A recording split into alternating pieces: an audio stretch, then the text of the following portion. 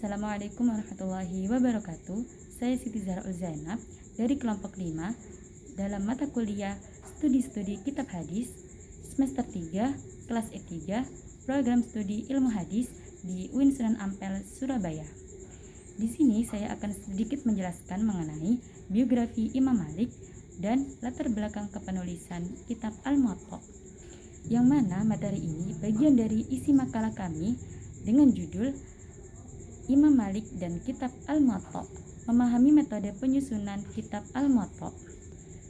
Imam Malik bin Anas adalah salah satu tokoh besar dalam sejarah Islam. Beliau adalah pendiri mazhab Malikiyah, salah satu mazhab dalam fikih Islam.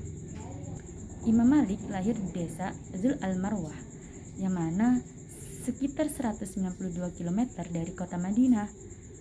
Tahun kelahiran Imam Malik menjadi perdebatan di kalangan ulama.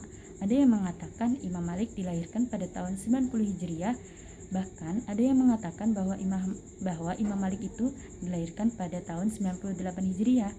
Namun, para kalangan ulama berpendapat, mayoritas ulama berpendapat bahwa Imam Malik itu dilahirkan pada tahun 93 Hijriah. Dan Imam Malik sendiri juga menguatkan pendapat itu dengan beliau mengatakan bahwa aku dilahirkan pada tahun 93 Hijriah.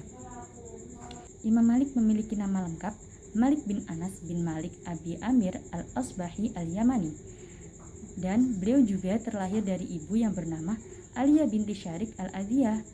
Imam Malik berasal dari kabilah Bani Ashabi yang terhormat dari Yaman. Salah satu hal yang menakjubkan dalam kehidupan Imam Malik adalah ketika Imam Malik berada di kandungan ibunya. Imam Malik berada di kandungan ibunya selama 3 tahun. Yang mana hal ini bukanlah suatu hal yang biasa. Kisah ini menambah keistimewaan kelahiran Imam Malik dalam kalangan ulama. Imam Malik berasal dari lingkungan yang religius. Ayah dan kakeknya adalah tokoh besar dalam sejarah Islam, yang mana mendalami hukum Islam dan mempelajari tradisi-tradisi Nabi Muhammad, yang mana menjadi pondasi kuat keilmuan Imam Malik. Pada usia sekitar 10 tahun, Imam Malik mampu menghafal Al-Quran dan hadis-hadis Nabi dengan kuat. Kecintaannya terhadap ilmu agama sudah terlihat sejak dini. Ia tumbuh menjadi seorang pelajar yang gigih. Pendidikan awalnya berguru kepada Abdurrahman bin Hurmuz, seorang ahli fikih yang mengajarinya dasar-dasar ilmu hukum Islam. Selain itu, Imam Malik juga berguru kepada para ulama besar lainnya seperti Nafi' Maula Ibnu Umar dan Ibnu Syihab Az-Zuhri. Imam Malik sangat dikenal atas kecintaannya terhadap hadis.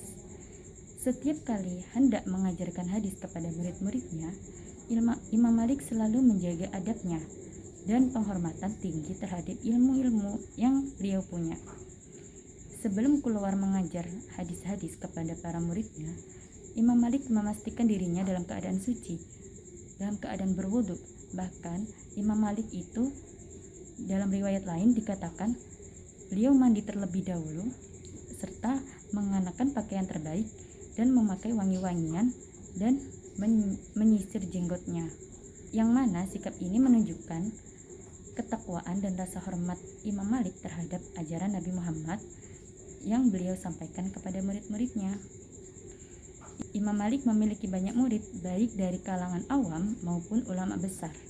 Salah satu murid yang paling terkenal Imam Malik adalah Imam Muhammad bin Idris Asy-Syafi'i atau biasa dikenal dengan Imam Syafi'i, pendiri mazhab Syafi'i. Yang mana Imam Syafi'i itu menghormati gurunya, menghormati Imam Malik dan berkata, ketika disebutkan nama para ulama, maka Imam Malik adalah bintang yang paling terang. Kitab Al-Muwatta karya Imam Malik adalah menjadi bukti kecintaan dan kepakaran dalam ilmu hadis dan ilmu fikih Imam Malik.